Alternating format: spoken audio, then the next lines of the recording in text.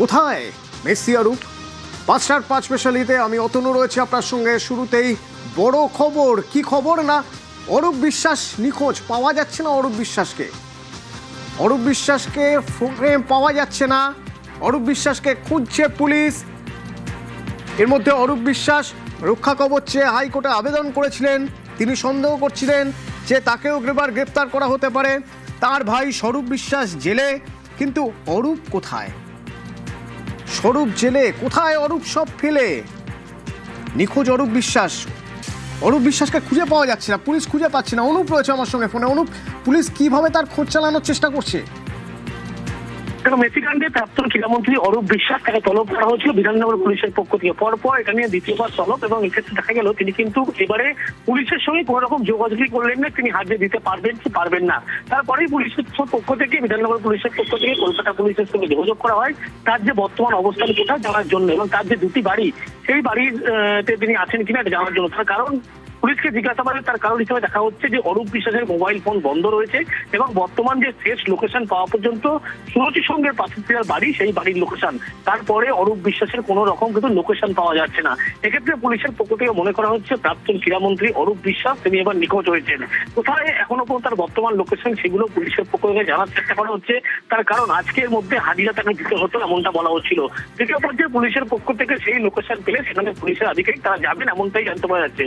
কিন্তু অরূপ বিশ্বাসের বর্তমান যে ঠিকানা কোথায় বা কোথায় আছেন, এগুলো কিন্তু পুলিশেরই একেবারে কাছে অধরা হয়ে দাঁড়িয়েছে। তার কারণ, অরূপ বিশ্বাসের শেষ লোকেশন পাওয়া সঙ্গ ক্লাবের কাছে বাড়ি, সেই বাড়ি, তারপর থেকে অরূপ বিশ্বাসের সঙ্গে কিন্তু কোনোভাবে তারা যোগাযোগ করতে পারছেন না। পুলিশের পক্ষ থেকে জানানো হচ্ছে, কলকাতা পুলিশের পক্ষ থেকে অরূপ বিশ্বাস বর্তমানে বাড়িতে নেই, তাহলে তিনি কোথায় রয়েছেন এমনটাই কিন্তু বিধাননগর পুলিশ মনে করছে। এবার প্রাক্তন ক্রীড়ামন্ত্রী তিনি নিখোঁজ হয়েছেন। মেসি কাণ্ডে তাকে জিজ্ঞাসাবাদ করার জন্য তলব করা হচ্ছে বারবার, তিনি গলাদি থাকছেন, এবং কড়া ভাষায় চিঠি দেওয়া হয়েছিল, বলা হয়েছিল নোটিশে আজকের মধ্যে তাকে হাজিরা দিতে হবে। তার কারণ, প্রথমবার যখন তাকে তলব করা হয় সেক্ষেত্রে তিনি জানিয়েছিলেন অসুস্থ। এই চিঠি জানালেও কিন্তু অসুস্থতার কারণ, কি কারণে তাকে তলব করা হয়েছিল এবং কেন জিজ্ঞাসাবাদ করা হবে, সমস্ত কিছু পুলিশ উল্লেখ করেছিল। কিন্তু তিনি চিঠিতে কোনোভাবে তিনি অসুস্থতা এমনটা ডকুমেন্টস বা প্রেসক্রিপশন তিনি কিন্তু পুলিশকে দেয়নি। সেই কারণে দ্বিতীয়বার তলব করা হয়। দ্বিতীয়বার তলবে সারাদিন দেখা গেল পুলিশ দিকে বসে রইলেন, কিন্তু প্রাক্তন ক্রীড়ামন্ত্রী অরূপ বিশ্বাস তিনি এখনো নিখোঁজ হয়ে রইলেন। সকাল থেকেই তার খোঁজ পাওয়া যাচ্ছে না, কোথায় বর্তমান অবস্থান রয়েছে। ইতিমধ্যে পুলিশের পক্ষ থেকে টাওয়ার লোকেশন দেখা হচ্ছে, তার বর্তমান অবস্থান কোথায়। যদিও টাওয়ার লোকেশন না পাওয়ার কারণ তার মোবাইল ফোন বন্ধ রয়েছে, ঘনিষ্ঠ যে ব্যক্তি তাদের থেকে দেখা হচ্ছে তার বর্তমান অবস্থান কোথায়, তাহলে পুলিশ এখনো পর্যন্ত পাওয়া যাচ্ছে না। যে ছবি আপনারা দেখছেন এ হলো সেই দিনের ছবি।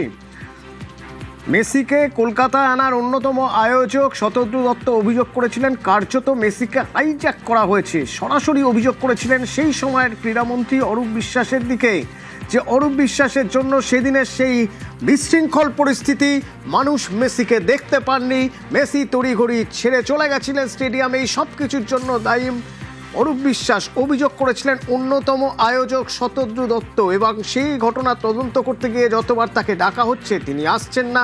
এরপর যখন তাকে খোঁজ কোথায় কোথায় তিনি খোঁজ, কিন্তু অরূপ বিশ্বাসকে এবার খুঁজেও পাওয়া যাচ্ছে না। টাওয়ার লোকেশনই পাচ্ছে না পুলিশ অরূপ বিশ্বাসের। তার ভাই এদিকে জেলে, তাহলে অরূপ কোথায়? স্বরূপ তো জেলে, অরূপ বিশ্বাস কোথায়? খোঁজ মিলছে না। এদিকে আজ সকালেই অরূপ বিশ্বাস রক্ষা কবচ চেয়ে হাইকোর্টে আবেদন করেছিলেন। মেসি ঘটনায় গ্রেপ্তারির আশঙ্কায় অরূপ